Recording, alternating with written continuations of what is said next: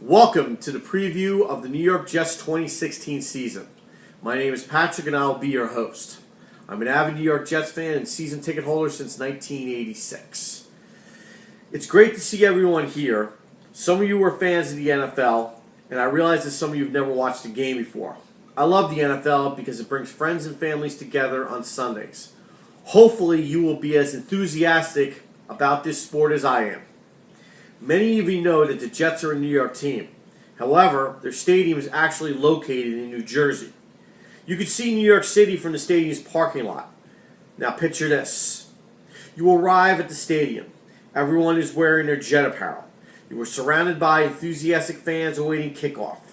Some even brought their large screen TVs and generators for the pregame tailgate. Excitement is high with anticipation before we head into the stadium. I have a passion for this team, and I will guide you through the strengths and weaknesses ahead of our upcoming season. So join me for some tailgate food and good times. To start, let's talk about the defense. The defense is to stop the opposing team from scoring. The Jets were ranked 4th in total defense in 2015 and number 2 in rushing defense. Now, let's discuss some of the important players on the Jets defense. Defensive end, Muhammad Wilkerson. His job was to stop the opponent's running game and to put pressure on the quarterback. He had career highs in sacks with 12 and passes defended with 7.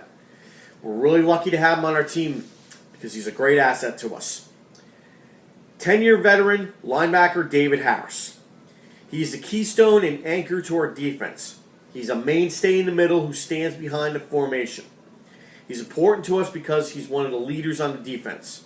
He had 128 tackles last season. Linemen Leonard Williams and Sheldon Richardson together should wreak havoc on opposing teams. Leonard Williams finished 2015 with a combined 63 tackles accompanied by 3 sacks. He is looking to have a breakout year entering his 2nd season. Sheldon Richardson is entering his 4th season. He had 5 sacks and 19 quarterback hurries last year. Now, a sack is when you ferociously knock a quarterback to the ground, and a hurry is when a quarterback has to throw the ball away. Together, these two could mean bad news for opposing quarterbacks this season. With players like that, I'd like to say the Jets have one of the best front sevens in the NFL. What I'm referring to is, when I talk about front sevens, is that the defense is referred to as the front 7. 7 defensive players whose job it is to stop the offensive team from advancing yardage and encroaching upon us. Now, how can you not talk about the Jets' defense without mentioning cornerback Darrelle Revis? A corner is a player in charge of covering the other team's pass receiver, and he is still one of the best corners in the NFL. He led all corners in the NFL last year with 9 takeaways and has 4 fumble recoveries. That was tied for a league best also. Again, defense is important to stop the other team from scoring, and the Jets should have one of the league's best. Now, we talk about the offense. Offense is a part of the team that goes on the field when the team is in possession of the ball. Their goal is to try to score a touchdown or a field goal. The opposing team defense will try to prevent the opposing team's offense from scoring. With that being said, the Jets' best players on offense are Brandon Marshall and Eric Decker. They're a solid wide receiver tandem. What I mean by this is that a wide receiver catches the ball thrown by the quarterback. Brandon Marshall led the team with 1,502 receiving yards and 14 touchdowns. Eric Decker wasn't too far behind with 1,027 receiving yards and 12 touchdowns. Together, these two formed good chemistry with starting quarterback Ryan Fitzpatrick last season. Now, we have to discuss some of the problems with the team. And some of the problems are Ryan Fitzpatrick. He came off a career year in 2015 and is not signing the deal that the team offered him in the offseason at the time of his program. Fitzpatrick is a free agent. A free agent could sign a deal with any team that would want his services. The Jets offered him a deal, but he refused to sign. If Ryan would sign the contract, the Jets would benefit greatly from this agreement. He's a good fit for the team, and the players like him. That would leave us with Geno Smith, the starting quarterback. He's thrown 35 interceptions out of 36 games he's played in his career. Interceptions are when a ball is thrown by the quarterback, but the opposing team catches it and steals the ball away from us, making the defense instead of the offense. I must stress the importance of a strong starting quarterback. The Jets have not had a reliable, consistent quarterback since 2010 when Mark Sanchez was the starter. Right now it's Geno Smith, who is far from an overachiever and inconsistent. Success is questionable with him right now, but he still shows potential to be a good quarterback. Ryan Clady is replacing DeBrickasaw Ferguson on the offensive line, who retired after playing 10 years without missing a game. Clady's a good player, but he's injury prone. He has a history of some serious knee injuries. Ferguson's retirement is a point of concern because he is responsible for protecting the quarterback from the opposing team's pass rush. A pass rush is when the defense attacks the offensive line. It'll be seen if Clady is a reliable replacement. Last season, the Jets' special teams were inconsistent to say the least. Field goal kicker Ryan Falk was injured for most of the season, and the team struggled because of it.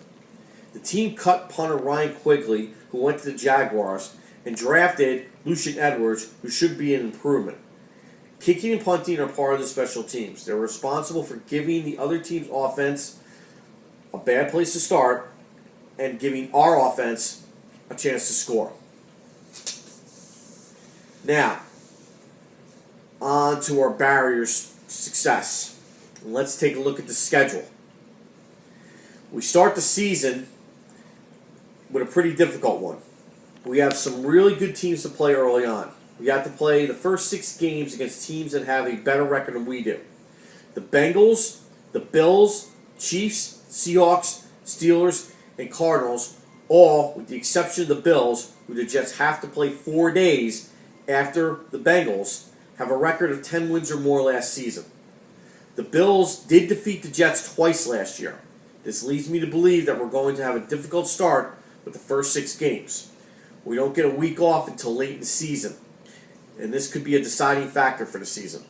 And of course, there's the New England Patriots. Will the New England Patriots pummel the Jets again? The Jets were victorious in a game played at home in MetLife Stadium late last year, but somehow the Jets seem to lose at least one game to the Patriots every year. Looking at this schedule, it'll be difficult for the Jets, given what I stated before, to overcome this and have a successful season this year. Now on to some of the changes we've had. Now, the Jets lost running back Chris Ivory to free agency and gained running back Matt Forte. Matt Forte is a good veteran who can catch the ball out of the backfield. Running backs are positioned behind the quarterback on the offense.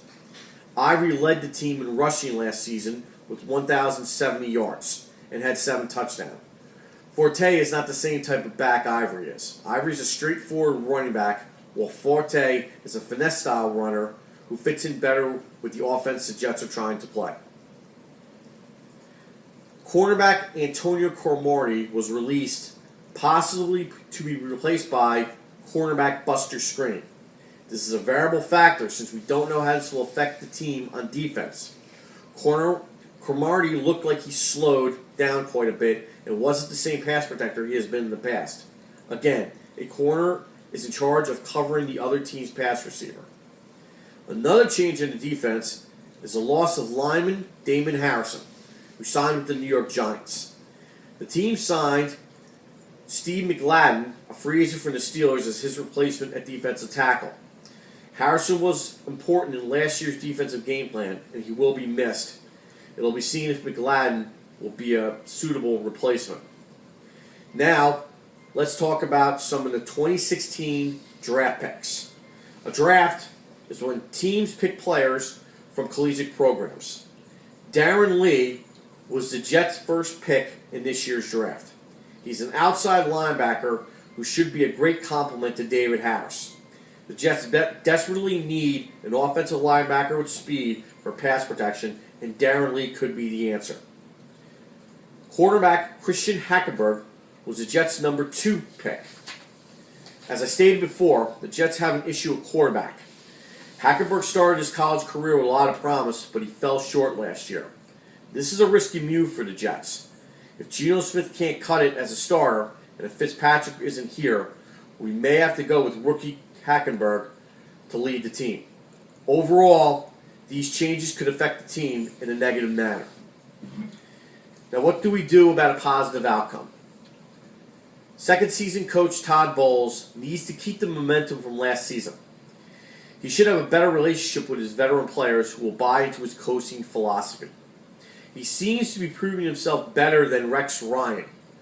Although Rex Ryan's Bills did humiliate the Jets both home and away last season. Now, we need to sign Ryan Fitzpatrick. It doesn't look promising, though. We'll probably get stuck with Geno Smith. Or do we take a chance on rookie Christian Hackenberg? Our defensive line is the team's greatest asset. Leave the defense alone. If it's not broke, don't try to fix it. Brandon Marshall and Eric Decker, still a good, great wide receiver tandem, but they need a stable quarterback.